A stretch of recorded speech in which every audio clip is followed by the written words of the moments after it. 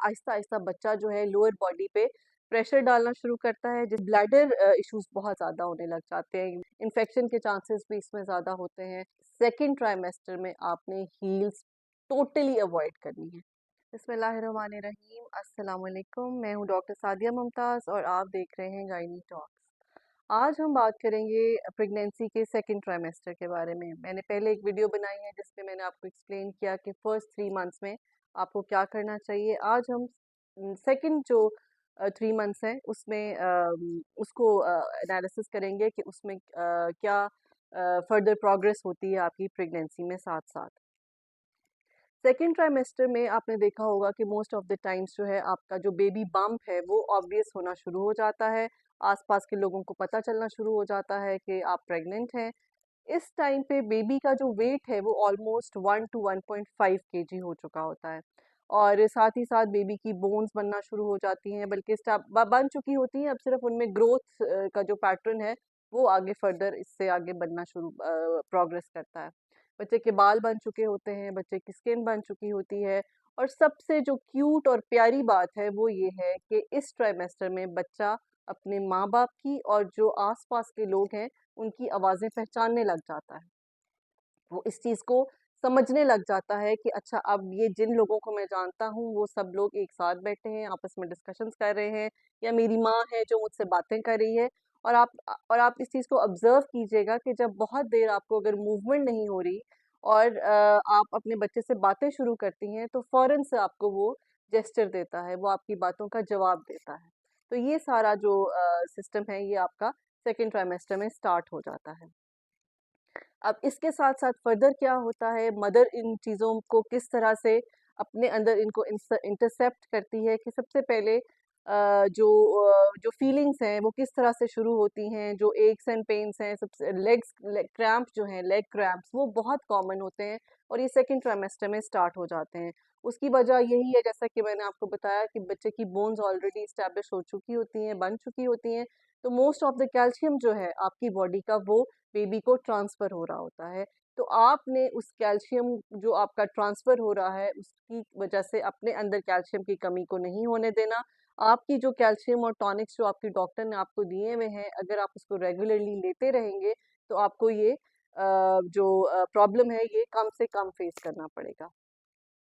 उसके अलावा आहिस्ता-आहिस्ता बच्चा जो है लोअर बॉडी पे प्रेशर डालना शुरू करता है, जिसकी वजह से लोअर पार्ट ऑफ बॉडी में जो वेन्स हैं, जो नसें हैं, आपने देखा है बहुत से लोगों लेडीज़ ने ये ऑब्ज़र्व किया होगा कि वो फूलने लग जाती हैं और इनको हम वेरिकोज़ वेन्स कहते हैं। और जिन लोगों में ओबेसिटी होती है, जिनका वेट ज़्यादा होता है, जिनको शुगर की बीमारी होती है, उनको ये शुरू में चौथे 5वें महीने में ही होना शुरू हो जाती हैं। कुछ लेडीज़ को ये 7th 8th मंथ और फिर फाइनली जाके 9th मंथ में स्टार्ट होते हैं, लेकिन second trimester is the time जहाँ पे वेरिकोसिटीज़ जो हैं वो बनना शुरू हो जाती हैं।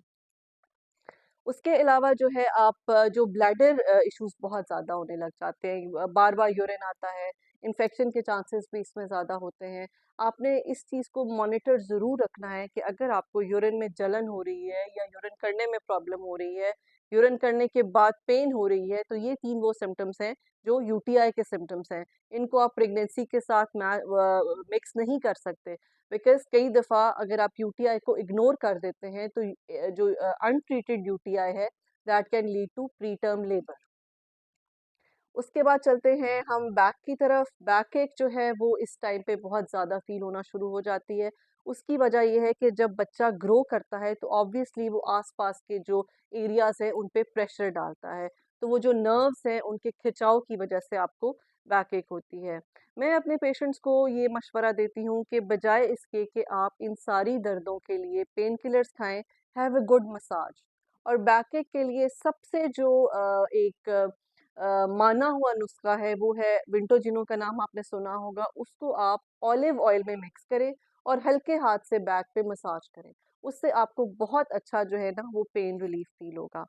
उसके अलावा जब आप लेटते हैं तो पैरों के नीचे 2 तकिए रख लें और अपनी लेग्स का एक एंगल बना लें। उससे ये होगा कि blood circulation towards your upper body होगी, उससे भी बहुत ज़्यादा आपको रिलैक्सेशन फ़ील होती है। आगे चलें तो स्टमक जो है उस पे प्रेशर आता है। आपका स्टमक एम्पटाइन जो है ना वो बहुत देर देर से होती है। आपको ये एपिगैस्ट्रिक पेन, ये स्टमक के अंदर गैस फील होती है, ब्लोटिंग फील होती है, उसकी वजह एसिडिटी फील होती है।